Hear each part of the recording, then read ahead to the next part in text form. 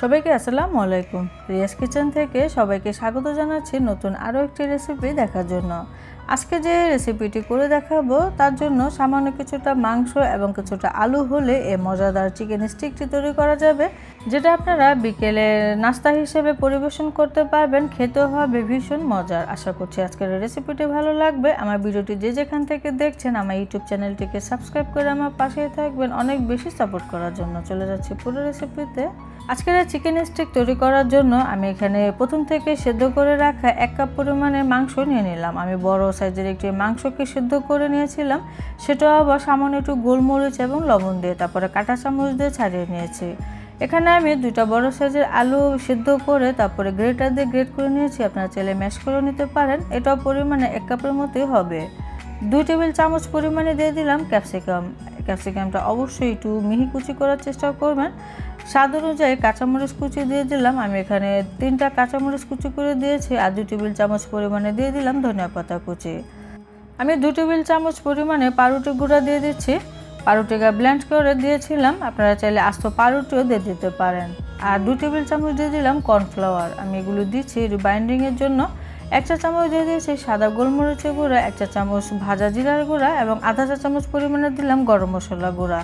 স্বাদ অনুযায়ী লবণ দিতে হবে। আমি এখানে আধা চা চামচ পরিমাণে লবণ দিলাম, পরবর্তীতে চেক করে দিয়ে দিব। 1 চা চামচ দিয়ে দিলাম রসুন পাউডার। এই সমস্ত কিছু দেওয়া হয়ে গেলে হাত দিয়ে খুব ভালো করে মাখিয়ে নিতে হবে। আর মাংসটা অতিরিক্ত সেদ্ধ না করাই ভালো, তা না হলে একবারে ভর্তা হয়ে যায়, দাঁতের নিচে না পড়লে খেতে কিন্তু ভালো লাগবে না। সেজন্য অল্প সেদ্ধ করবেন যেন একটু শক্ত শক্ত থাকে। এখানে আমি 1 চা চামচ পরিমাণে দিয়ে দিলাম চিকেন পাউডার, এতে করে স্টিকটা খেতে আরও বেশি মজা লাগবে। তারপরে সমস্ত কিছু মাখিয়ে নেওয়া হয়ে গিয়েছে। এখন আমি এখান থেকে চিকেন স্টিকগুলো তৈরি করব।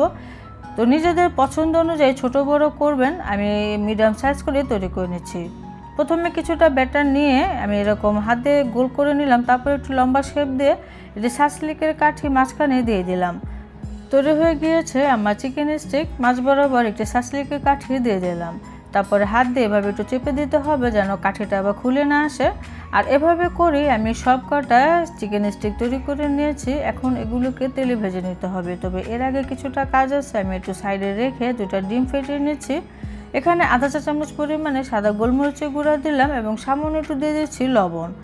তো 2টা ডিম আসলে লাগে না, একটা ডিম দিলেই কিন্তু হয়ে যাবে। আমার কিছুটা ডিম আসলে রয়ে গিয়েছিল। তো এতটুকু মাংসের উপকরণের জন্য এখানে একটা ডিমই যথেষ্ট। তো ডিমটা খুব ভালো করে ফেটিয়ে নিয়েছি। তারপরে নিয়ে নেব এখানে সেমাই। আমরা যে জর্দার সেমাইটা খাই বা বারবিকিউ সেমাই যেটাকে বলে, এটা হচ্ছে সেই সেমাই। আমি এখানে আধা কাপ একটু বেশিভাবে নিয়েছি আর এভাবে গুঁড়ো করে নিয়েছি। অবশ্যই এভাবে হাত দিয়ে খুব ভালো করে গুঁড়ো করে নিতে হবে। এটা কোনো ভাজাভাজির দরকার নেই, এটা এমনিতে নিয়ে নিলেই হয়ে যাবে। একটি করে চিকেন স্টিক নিব আর ডিমে আমি কোট করে নিব। তো এভাবে করে যদি না হয় তাহলে চামচের সাহায্যে খুব সুন্দরভাবে উপরে দিয়ে দিলেও হয়ে যাবে। তো ডিমে থেকে উঠিয়ে আমি সেই সেমাইয়ের উপরে কোট করে নেব। তো এভাবে একটু গড়িয়ে নিলে হয়ে যাবে, বা হাত দিয়ে একটু এভাবে দিলে কিন্তু খুব সুন্দরভাবে লেগে যাবে।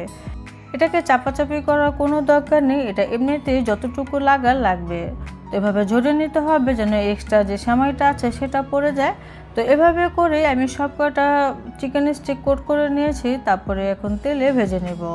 1 টুকরো মুরগির মাংস আর 2টা বড় সাইজের আলু দিয়ে আপনি এরকম অনেকগুলো চিকেন স্টিক তৈরি করতে পারবেন, যেটা খেতে খুবই মজার হবে, আবার দেখতেও কিন্তু খুবই আকর্ষণীয়।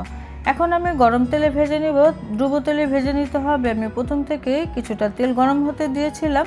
তেলটা যখন কিছুটা গরম হয়ে যাবে তখনই আমি চিকেন স্টিক দিয়ে দিচ্ছি। অতিরিক্ত দিব না, আমি 3টা থেকে 4টা করেই দিব।